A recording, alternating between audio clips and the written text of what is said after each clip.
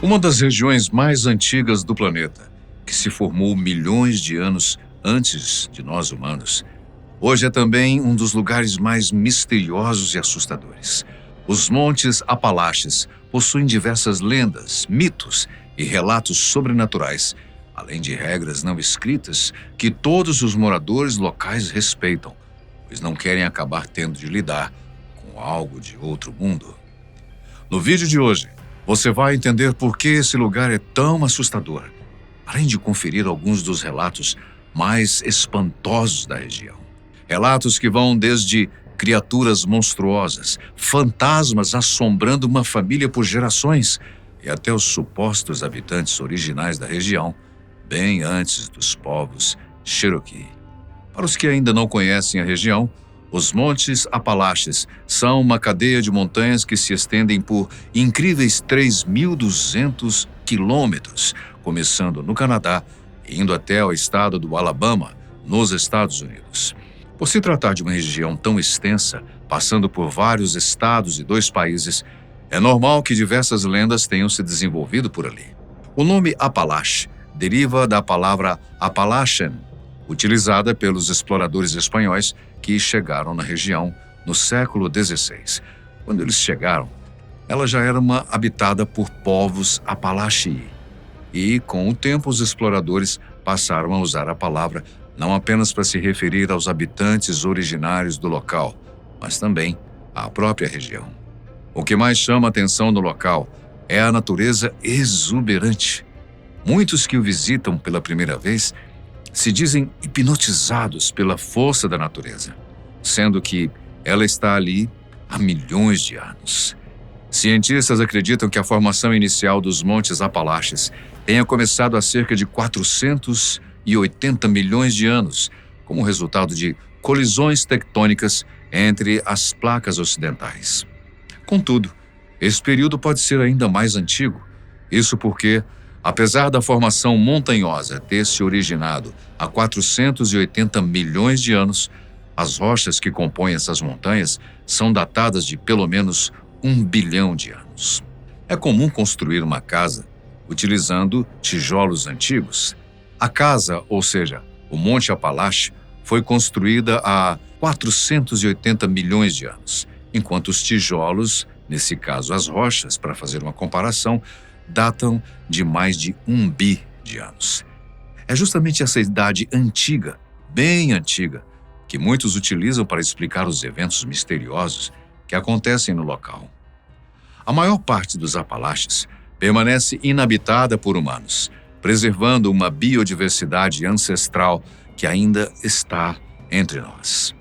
A ecologista Elizabeth Byers, especialista nos Montes Apalaches, diz que a idade avançada confere às montanhas essa qualidade desgastada e sinuosa, repleta de cavidades escuras e dobras profundas na terra.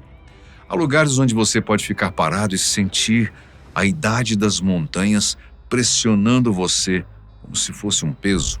No coração dos Apalaches, existem regras não escritas, mas que todos os moradores seguem. São regras transmitidas de geração para geração, baseadas em histórias folclóricas de cada região, as quais todos os que planejam visitar a região devem sempre seguir à risca. A principal delas diz que você deve nunca sair à noite, pois no momento em que o sol se põe, a floresta se transforma. Moradores locais acreditam que este é o período no qual se despertam os espíritos dos Cherokees, uma das maiores tribos de nativos americanos dos Estados Unidos. Seja à noite ou até mesmo de dia, você jamais deve atender a nenhuma voz na floresta que lhe chame pelo nome. Existem diversas lendas sobre essas vozes, citando almas perdidas que estão presas nas montanhas, ou até mesmo espíritos maldosos que gostam de enganar as pessoas. Também não pense em cantar ou assobiar na floresta, pois você pode estar perturbando o silêncio daqueles que você não consegue enxergar. Lost, admit that first. No, I know we're not lost. This area's been haunted by that old woman for years. Losing my mind, man. I'm hunted.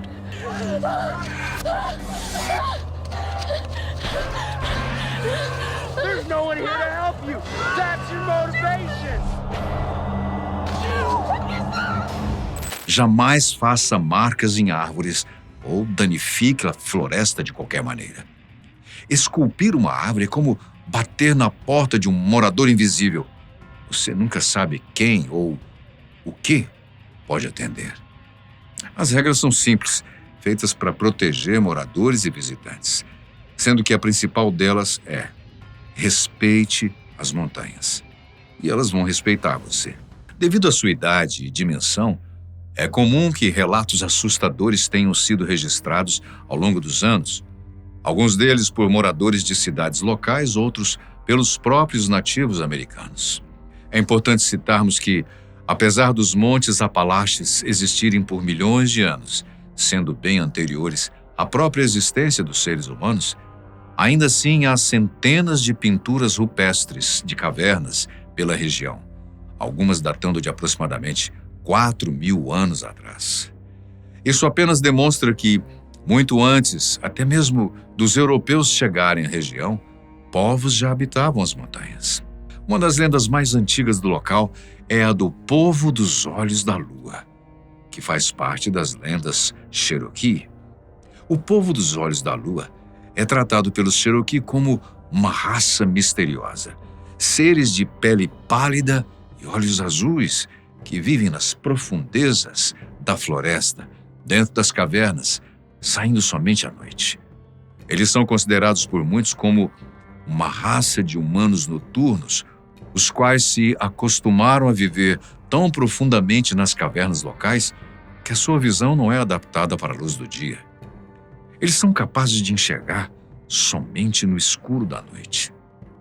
As lendas sobre eles são antigas, contadas pelos Cherokee desde sempre, sendo que a sua origem é incerta.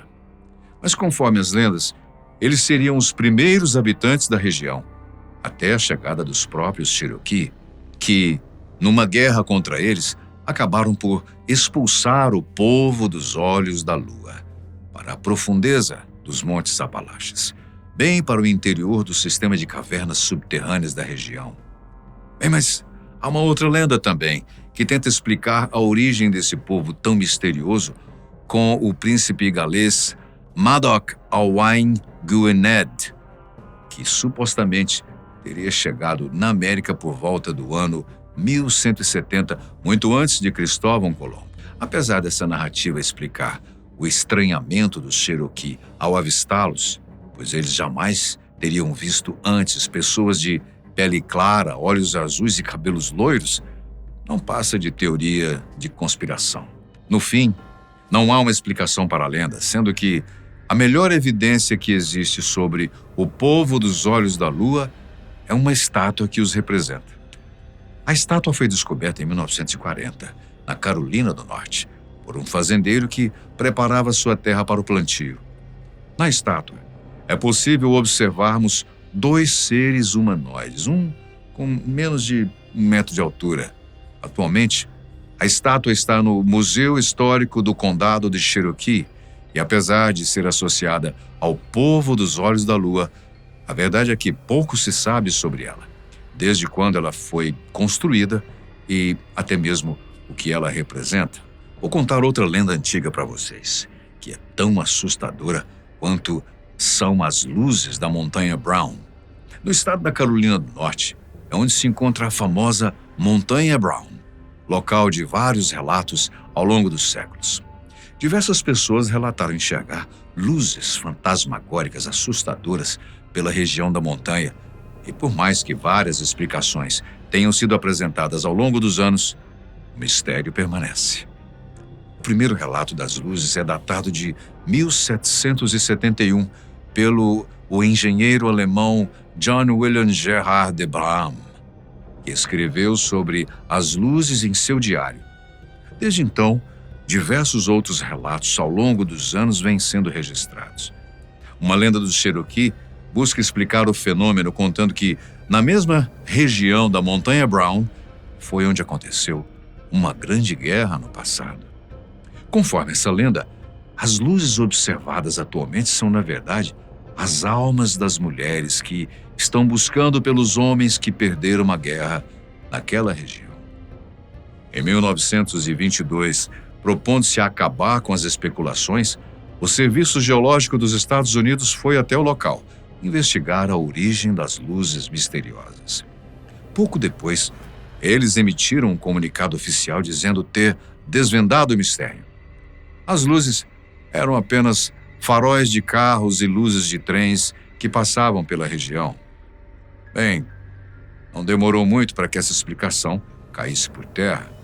Porque, em primeiro lugar, os registros mais antigos das luzes misteriosas eram de um período no qual não havia automóveis na região. Em segundo lugar, mesmo após uma grande enchente ter atingido o local e destruído todas as estradas e trilhas da montanha, ainda assim as luzes continuaram sendo observadas. Mais recentemente, agentes do Serviço Florestal, em conjunto com cientistas da Universidade Estadual dos Apalaches, foram ao local estudar as misteriosas luzes. A teoria por eles apresentada foi de que as luzes seriam causadas por gases naturais da montanha. Atualmente, as luzes se tornaram uma atração turística, trazendo ao local vários turistas, principalmente aqueles interessados nos hobbies de caça aos fantasmas. Hobby este que, inclusive, trouxe a morte de uma pessoa em uma outra região dos Montes Apalaches. Em 27 de agosto de 1891, ocorreu um grave acidente de trem na ponte Bossian, na Carolina do Norte. O trem acabou descarrilando nos trilhos, resultando em 27 vítimas, além de vários feridos. Os sobreviventes correram para a cidade de Stateville para relatar o acidente. Diversas equipes de resgate chegaram ao local, bem como vários curiosos que queriam ver em primeira mão o estrago do acidente. Bem, quanto aos mortos, eles foram retirados e levados para um outro local, onde uma identificação pudesse ser feita. Uma equipe de investigação logo foi verificar as condições do acidente, sendo constatado que o descarrilamento aconteceu pois várias pessoas estavam removendo os pregos dos trilhos. Veja só. 2 homens que, na época, já cumpriam pena na penitenciária estadual, confessaram a autoria do crime. Além da sabotagem, o acidente em si não teve nada de sobrenatural, mas, ao que tudo indica, a região desde então passou a ser assombrada pelas vítimas do trem. Vários moradores locais dizem ser possível ouvir o barulho das rodas do trem descarrilando, além do grito dos passageiros, sempre no aniversário do desastre.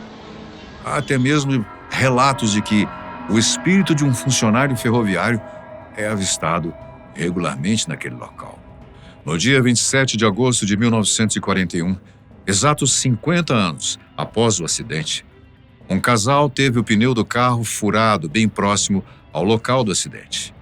Enquanto o marido saiu para conseguir ajuda, a esposa permaneceu no local e logo depois relatou não apenas ter ouvido um trem descarrilhando naquele local, como também pôde ver o trem caindo da ponte. Assustada, ela correu procurando pelo seu marido, mas quando retornaram não havia mais nada no local.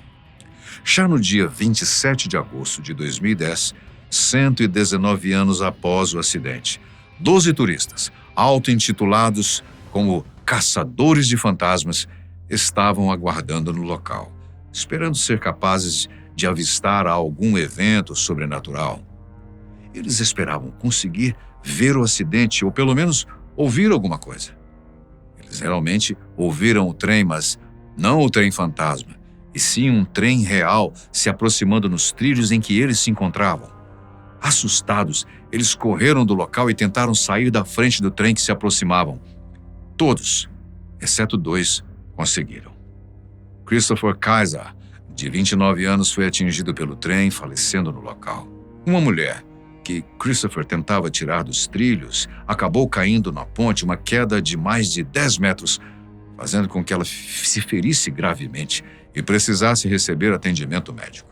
Até hoje, os relatos misteriosos no local continuam, com pessoas relatando ouvirem gritos e avistarem o espírito do funcionário ferroviário. Mesmo com a morte de Christopher Kaiser, diversos caçadores de fantasmas continuam se arriscando nos trilhos. Agora, essa história aqui é ainda mais assustadora.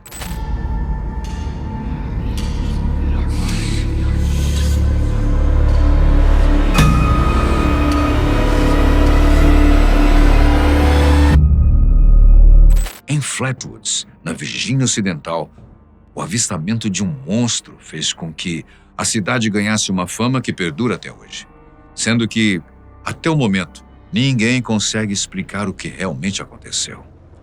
A história começou na noite do dia 12 de dezembro de 1952, quando 4 crianças avistaram uma forte luz brilhante caindo do céu.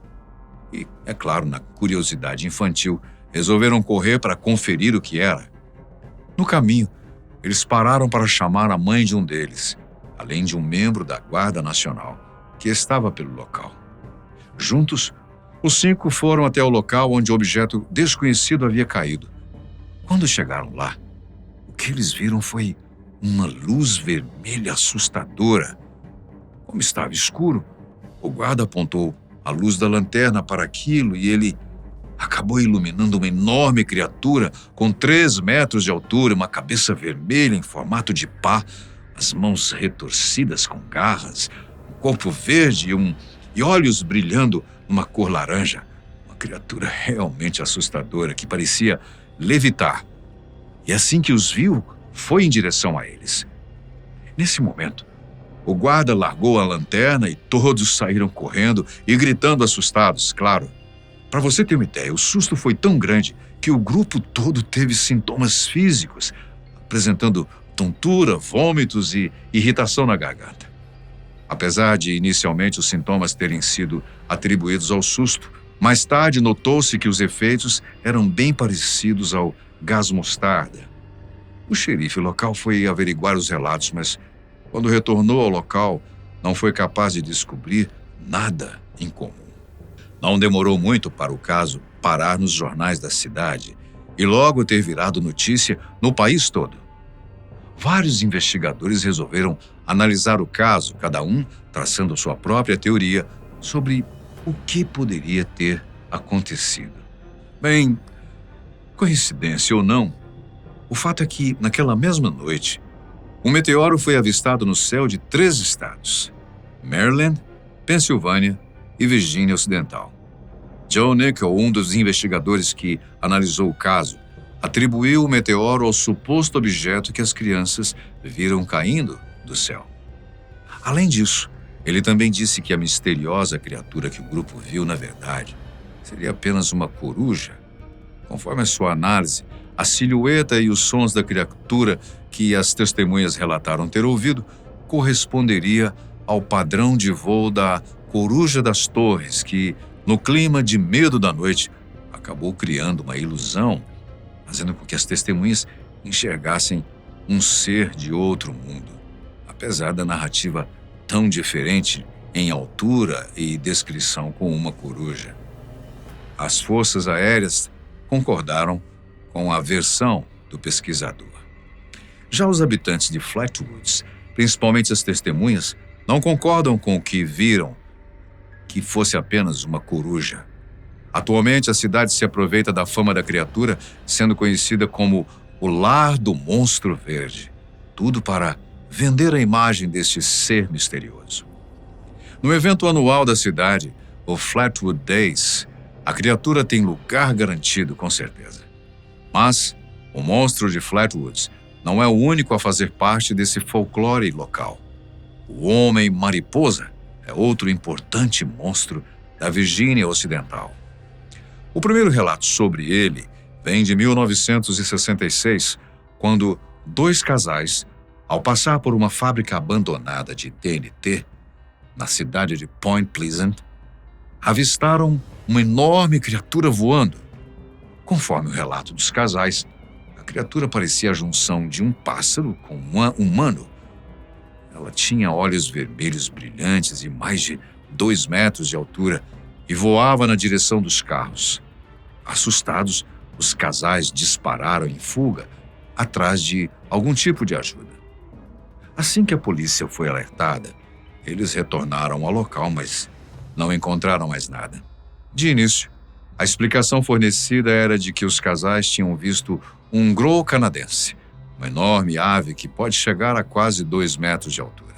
Mas, no dia seguinte, vários outros relatos sobre o homem-mariposa foram sendo registrados. Com tantos avistamentos, especialistas começaram a se juntar ao caso. O biólogo da vida selvagem, Robert Smith, da Universidade da Virgínia Ocidental, disse aos repórteres que todas as descrições correspondiam a um grow canadense, porém, um particularmente grande. Este grow canadense teria se desviado da sua rota de migração e acabou ficando preso numa região na qual ele não era nativo. No entanto, mesmo com as investigações, eles nunca foram capazes de encontrar essa ave. Os avistamentos continuaram até o dia 15 de dezembro de 1967, quando a Ponte Silver desabou durante um trânsito intenso.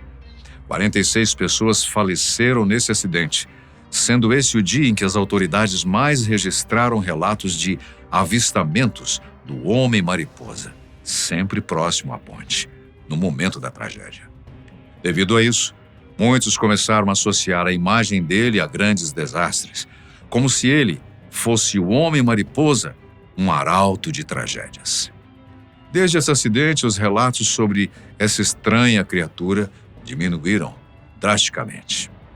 Em 2016, uma rede de TV local publicou uma foto tirada por um morador anônimo, no qual ele alega ter fotografado o homem-mariposa. Os mais céticos logo forneceram explicações para a foto, dizendo se tratar apenas de um pássaro ou uma coruja carregando a sua presa para longe. Atualmente, o mistério sobre o homem-mariposa continua, sendo que a criatura já faz parte do imaginário popular. Além de ter se tornado fonte de turismo para a cidade de Point Pleasant, com várias estátuas e um festival anual, o filme A Última Profecia, estrelado por Richard Gere, é inspirado nessa lenda. When the sun is bright and the wind is still, comes to you like a sudden chill.